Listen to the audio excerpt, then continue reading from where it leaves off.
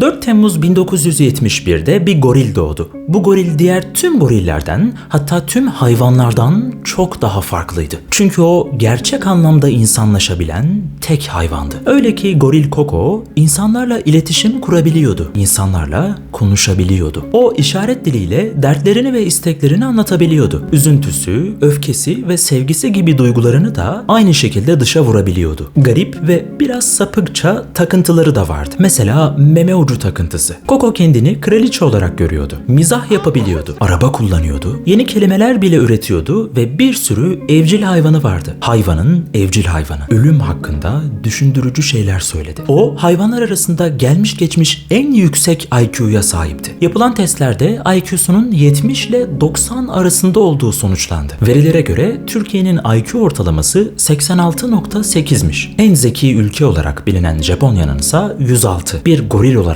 Koko'nun ise 70 ile 90 arasında. Koko ölmeden önce sanki dünyanın başına neler geleceğini görebiliyormuş gibi tüm insanlığa tüyler ürpertici bir mesaj bıraktı. Size Koko'yu anlatmak için heyecanlıyım. Koko'ya hikayenin her birkaç saniyesinde bir çokça hayret edeceksiniz. Bunun gibi çok ilginç konuları anlatmak için buradayım. Bunu siz de isterseniz abone olabilirsiniz. Destek için katılabilirsiniz. Şimdiden teşekkürler. Hadi başlayalım.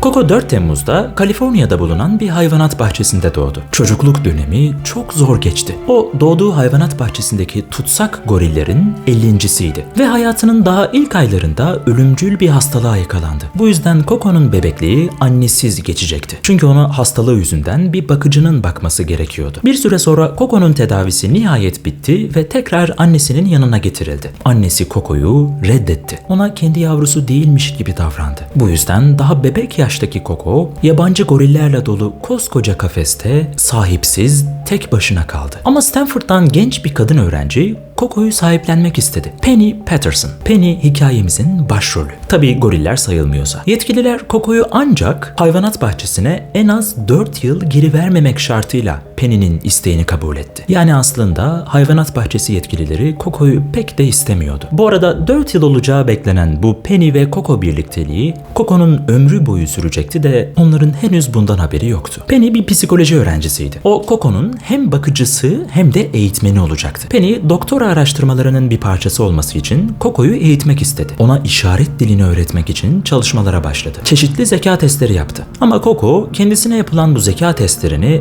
basitçe geçiyordu.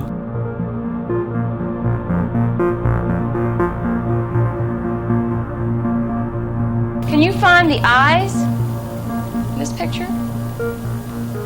Right, those are the eyes. İşaret dilini çok hızlı çözdü. Öyle ki tam 3000 kelimeden oluşan bir kelime haznesine sahipti. Bunlardan 1000 tanesini işaret diliyle konuşabiliyor, 2000'ini ise anlayabiliyordu. Yani normal bir insan çocuğu gibi. İyi ve kötü, sahte ve gerçek gibi soyut kavramlar dahil isimleri, fiilleri ve sıfatları da anlayabiliyordu. İlk öğrendiği kelime kraliçeydi. Çünkü Koko kendini bir kraliçe olarak görüyordu. Kendinden bahsederken ismi yerine kraliçe diyordu. Koko ona öğretilenlerin dışında kendi kendine yeni kelimeler de üretiyordu. Örneğin Koko'ya daha önce hiç kimse yüzük kelimesinin anlamını öğretmemişti. Ama Koko parmak ve bileklik kavramlarını birleştirerek parmak bilekliği kelimesini üretmişti. Bu gerçekten çok mantıklı. Parmağa takılan küçük bir bileklik işte. Koko'nun oldukça komik bir mizah anlayışı da vardı. İnsanlara sürekli sözlü ve fiziksel olarak şakalar yapıyordu. İşte Koko'nun Penny'e yaptığı sözel bir şaka.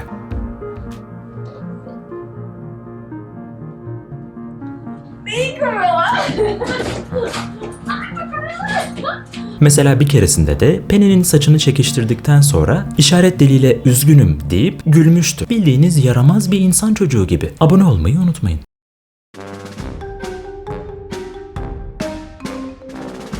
Finished. You are not finished. You are not finished. Please pick those up. Coco, you are very good at that. Please.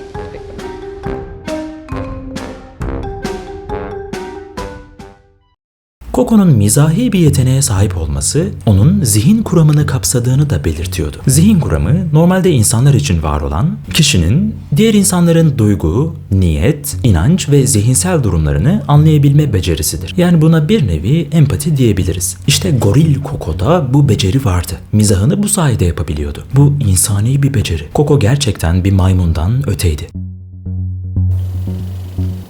You're thirsty today because it's hot. More, I think you need more. More water.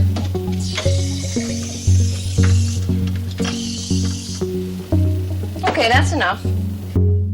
Penny eşliğinde bir araba bile sürebiliyordu. Coco'nun tüm özelliklerinin yanında biraz, hatta çok tuhaf bir takıntısı vardı. Onun kadın ya da erkek fark etmeksizin meme uçlarına zaafı vardı. Coco insanların meme uçlarını öylece görmek ve bazen de dokunmak istiyordu. Hatta öyle ki 2005 yılında Coco'nun bakımı ve eğitimi için tutulmuş 3 kadın hizmetçi Coco'ya meme uçlarını göstermeleri için zorlandıkları gerekçesiyle dava açtılar. Evet, Coco bunu onlardan işaret diliyle istiyordu. Goril uzmanları diğer gorillerin Coco'nunkine benzer bir meme ucu takıntısına sahip olmadıklarını söylüyor. Bu sadece Coco'ya özel. Videomun en heyecanlı kısımları başlıyor. O günlere kadar Coco sadece Penny ve küçük çevresi tarafından tanınıyordu. Sonra bir gün Coco'yu tanıyan ve seven sayısı bir anda milyonları buldu. Çünkü Coco'nun aynanın karşısında çektiği bir öz çekim fotoğrafı günümüzde de hala dünyaca ünlü olan National Geographic dergisinin kapağına koyuldu. İşte Coco o gün dünya çapında ünlendi. Leonardo DiCaprio gibi birçok ünlü sırf Coco ile tanışmak için onun evine kadar geldi. Büyük komedyen Robin Williams da Coco ile tanıştı. Hatta fazlasıyla samimi de oldular. Tabii Coco'nun samimiyet anlayışı biraz şöyleydi. Coco 19 yaşındayken neredeyse tüm diğer hayvanların başarısız olduğu, kendini tanıma konusunda yapılan ayna testini geçmeyi başardı. Who is that? Think me there. Okay, that is you. Gorilla. Animal. Coco Love. Okay, that's very good. That is you. You are a lovely animal. Normalde bir gorile ayna gösterseniz aynadakinin kendisi olduğunu anlayamaz. Onu bambaşka bir goril olarak görür. Öyle sanır. Ama Coco aynadakinin ta kendisi olduğunu hemen anlayabiliyordu. Öyle ki aynada sürekli kendini inceliyordu. Coco'nun bildiğiniz öz farkındalığı vardı. Bir maymundan bahsediyoruz. Coco film izlemeyi çok seviyordu. En sevdiği film de Mussolini ile Çay isimli bir İtalyan filmiydi. Coco her seferinde bu filmin en hüzünlü sahnesini, yani çocuk karakterin ailesine veda ederkenki sahnesini izlerken yine görüp de üzülmemek için arkasını dönüyordu. Cuckoo goes away and they all kiss him and kiss him and kiss him goodbye. Oh, honey, it is kind of a sad scene. Okay. They have courage, honey. Do you have courage? You have courage. You look very courageous. Good. Is there something I can do for you? Oh, honey, it's sad. I know it's a sad scene. Oh, they're crying. They are crying on the movie. Oh, honey, and there's trouble, sad trouble, bad. Oh, sweetie, with the mother, yes, the sweet mother, the one who adopted him. She's so sweet.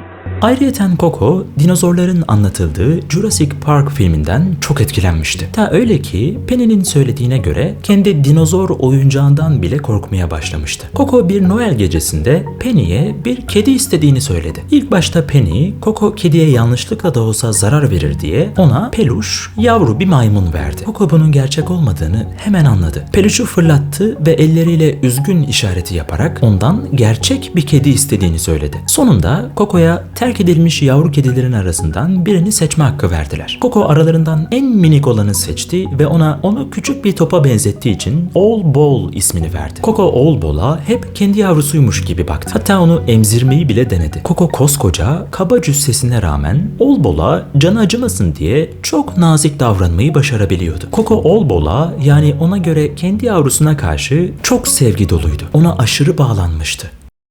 Günlerden bir gün Coco'nun biricik yavrusu All Ball'a araba çarptı ve öldü. İşte Coco'ya bu kahredici haber verilirken.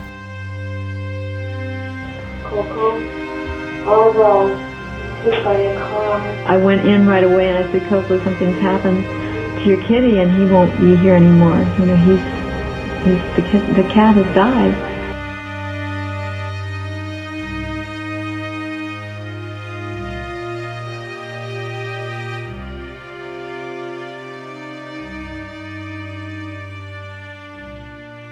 Coco Olbol'un ölüm haberine kötü, üzgün, kötü, kaşlarını çat, ağla, kaşlarını çat, üzgün, bela diyerek tepki verdi. Ayrıca bu olay üzerine Penny daha sonraki günlerde de Coco'nun insan ağlamasına benzer sesler çıkardığını da duydu.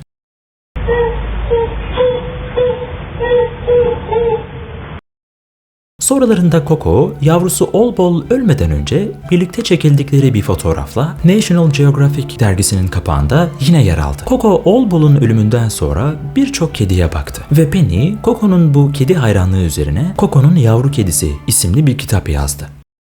Bir gün Coco'nun bakıcılarından biri Coco'ya bir iskelet gösterdi ve Coco bu canlı mı ölü mü diye sordu. Coco da ölü, sarılı cevabını verdi. Daha sonra bakıcı peki ölen goriller nereye gider sorusunu sorduğunda ise Coco huzurlu bir delik cevabını verdi. Bu cevabının ardından bir veda öpücüğü gönderdi. Coco o andan birkaç gün önce, günümüzden 6 yıl kadar önce 2018'de bir Haziran sabahı 46 yaşında uykusunda öldü. İşte Coco'nun ölmeden önce tüm insanlığa verdiği o tüyler ürpertici mesajı.